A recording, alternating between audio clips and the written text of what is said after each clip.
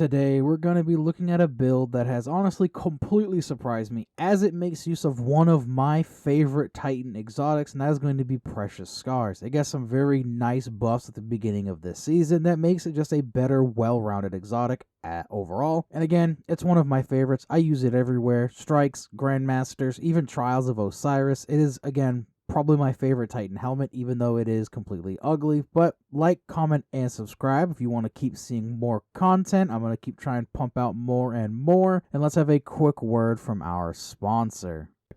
Today we're going to be looking at the Titan exotic Precious Scars that comes with the exotic trait Kintsugi. Final blows from weapons with a damage type matching your subclass energy create a burst of healing around you that grants allies and yourself restoration. After reviving or being revived, you gain an aura that provides overshields to you and nearby allies. First things first, like I mentioned in the little intro, we can't ignore the elephant in the room, and that is this exotic is honestly not the best looking, and its ornament that it has, the only ornament that it has, really does not help at all. But besides that, this is still one of my favorite Titan exotics. I've made like 3 or 4 videos on this one exotic, and I usually don't try to double down on exotics unless something has changed about them. I just really enjoy this exotic because it fits my playstyle. I like playing a more aggressive support style role. This exotic fulfills that in its entirety. Upon reviving allies or being revived ourselves,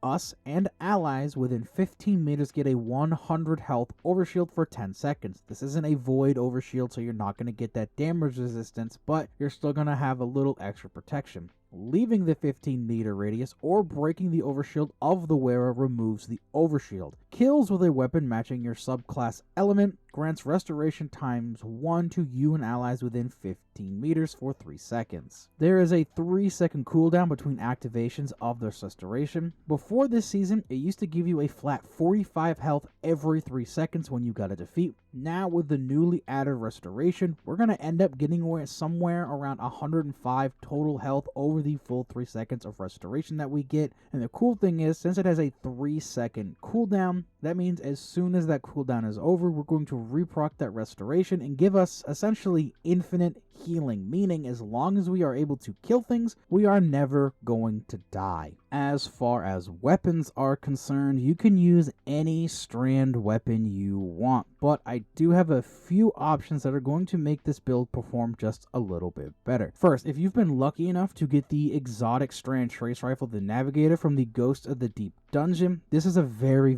good weapon to pair with this build, as we can easily give ourselves woven mail and our allies woven mail for that 45% damage reduction inside of PvE. And it is a trace rifle. Trace rifles are very good compared to other special weapons for their ammo economy. Second is what I've been using the most with this build, and it is probably one of the best exotic auto rifles we have available to us currently, and that is going to be Quicksilver Storm. It is strand, so it works with our exotic armor. It fires missiles as you shoot targets, which then loads grenades that do an absolutely monstrous amount of damage and can make tangles to play into our subclass setup. So overall, definitely a top choice for this build if you have it, and it uses primary ammo, so you don't need to worry about running out of ammo to actually proc Kintsugi to give us that restoration. Another really good option for this build is something that I didn't have at the time of writing the script or recording the gameplay, and that is Wishkeeper. It is the new exotic strand bow that just came out this week. It suspends targets, and honestly it hits really hard, and again it can play into this build because it's going to be able to give us restoration. Now don't worry if you don't have any of these exotic weapons, as any legendary strand weapon is going to work completely fine, and in some cases could potentially work better, so you can leave your exotic slot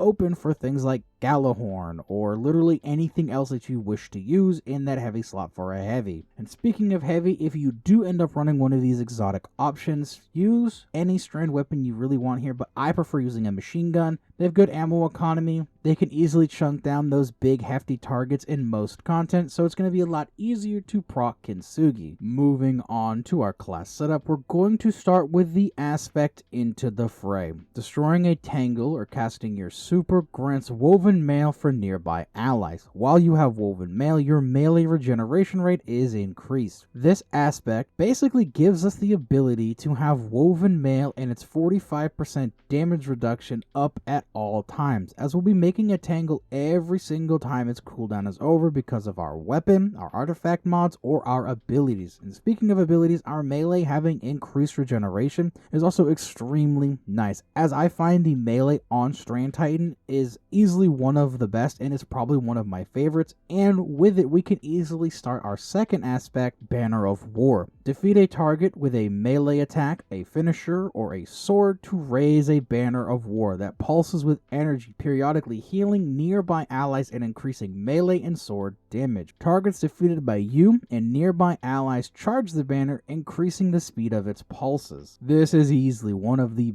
best aspects we have ever gotten for survivability. At the beginning of the season, it got some adjustments on how many enemies you need to defeat to get up to the next tier, but now we get more time per enemy defeated, meaning we can technically have it last longer even at the max stacks it gives you. This, paired with Woven Mail and Restoration from Kintsugi, turns you into quite literally an immortal berserker tank. It makes us very, very hard to kill in even harder endgame content. So again, this is a super good build to use. Again, you are honestly unkillable as long as you are killing things. For our fragments, they are designed to help us with our ability gains and Woven Mail. So we're gonna start with Thread of Generation. Dealing damage generates grenade energy with a -10 to our discipline. This fragment is extremely helpful no matter what grenades you wish to use. I use shackle grenades just to help clear ads or control them with the suspending effect, which plays very nicely into our next fragment, which is Thread of Mind. Defeating suspended targets grants class ability energy. Just very helpful to get